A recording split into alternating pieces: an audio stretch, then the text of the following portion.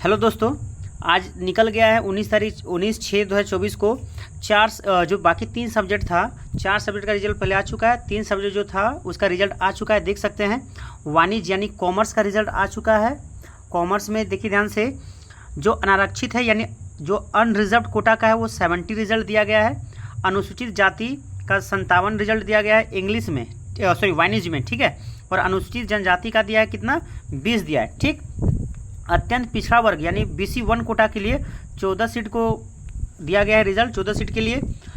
फिर अनुसूची 2 यानी कि BC2 कोटा के लिए मात्र कितना दिया गया है, 2 सीट को दिया गया है, जिसमें से एक मुख बधिर का है और एक दृष्टि निशक्तता वाला है, ठीक है। और EWS उसका 23 कैंडिडेट का निकाला गया है, ठीक है। ये वाणिज्य का रेगुलर वैकेंसी का, ठीक है। और जो बैकलॉग का दिया गया है, बैकलॉग में अनुसूचित जाति का कुछ सीट दिया है 9। वाणिज्य सीमित भर्ती यानी जो TGT शिक्षक के लिए जो आरक्षित था, तो उसमें TGT शिक्षक के लिए अगर ध्यान देखिएगा तो वाणिज्य में आया है 27 का, अनरिजर्व्ड का आया है। अनुसूचित जनजाति है उसका 13 आया है।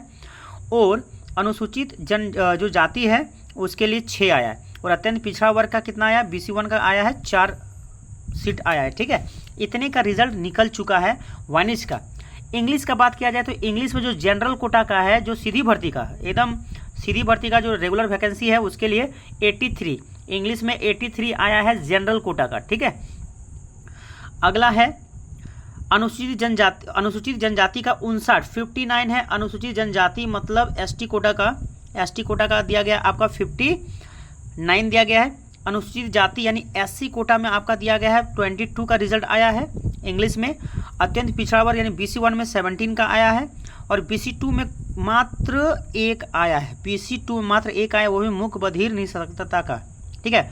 और EWS में 26 का आया, EWS में कितना आया, 26 का।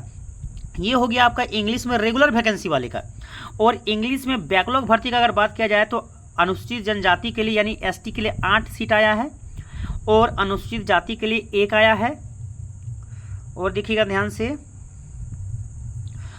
अनारक्षित अंग्रेजी में अगर बात करते हैं, जो TGT टीचर्स के लिए है, TGT के लिए अनरिजर्व के लिए 27 है, अनुसूचित जनजाति के लिए 17 है, अनुसूचित जाति के लिए 8 है, अत्यंत पिछड़ा वर्ग के लिए क्या है, 3 दिया गया है, ठीक है। और पिछड़ा वर्ग 2 के लिए दिया गया है कितना, 1 दिया गया है।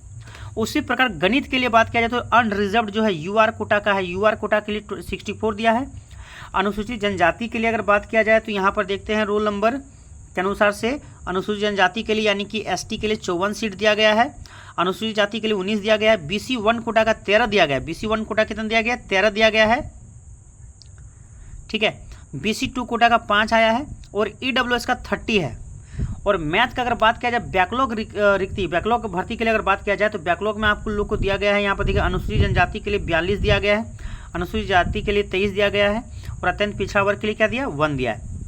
और जो गणित के जो TGT के लिए हैं, जो शिक्षक हैं TGT के, उसके लिए अनारक्षित के लिए 23 आया है और अनुसूचित जाति के लिए 7 आया है। अत्यंत पिछड़ा वर्ग के यानी BC1 के लिए 5 आया है और पिछड़ा वर्ग 2 के लिए कितना आया है, BC2 के लिए 1 आया है। और यहाँ पर कुछ नोट दिया गया है, ध्यान से देखिएगा।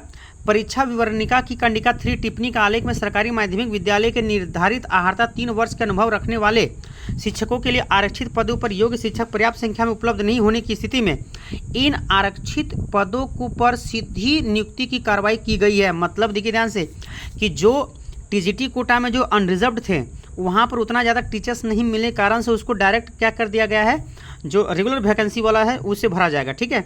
उक्त के फलस्वरूप आयोग द्वारा उक्त विषयों के लिए प्रकाशित की जाने वाले अंतिम परीक्षा फल में नियमित रिक्ति व बैकलॉग रिक्ति के अधीन चयनित अभ्यर्थियों का परीक्षाफल बैकलॉग रिक्ति अथवा नियमित रिक्ति में परिवर्तन संभावित है, ठीक है।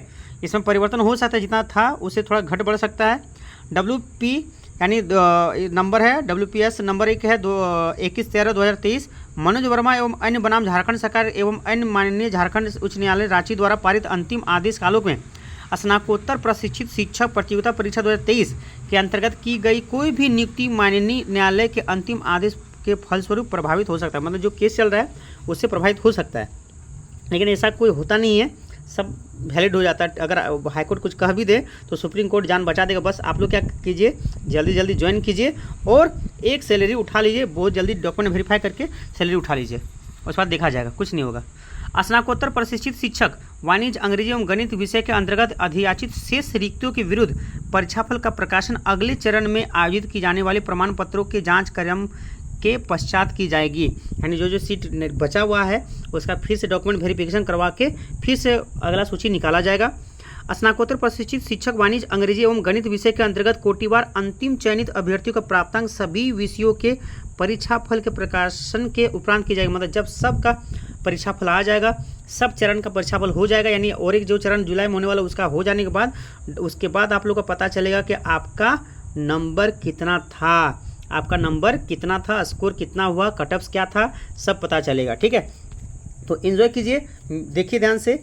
अब काउंसलिंग जो है 2 से 3 दिन के बाद होने वाला है काउंसलिंग, एकदम उसका भी डेट आ जाएगा, 1-2 दिन में आ जाने वाला है।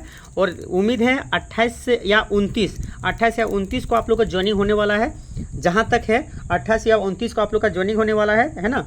तो इस डेट को याद रखिएगा, प्रबल संभावना 28 या 29 को ज्वाइनिंग करने का, ठीक है, करवाने का। तो मिलते हैं नेक्स्ट वीडियो में कुछ नए अपडेट के साथ, तब तक के लिए बाय।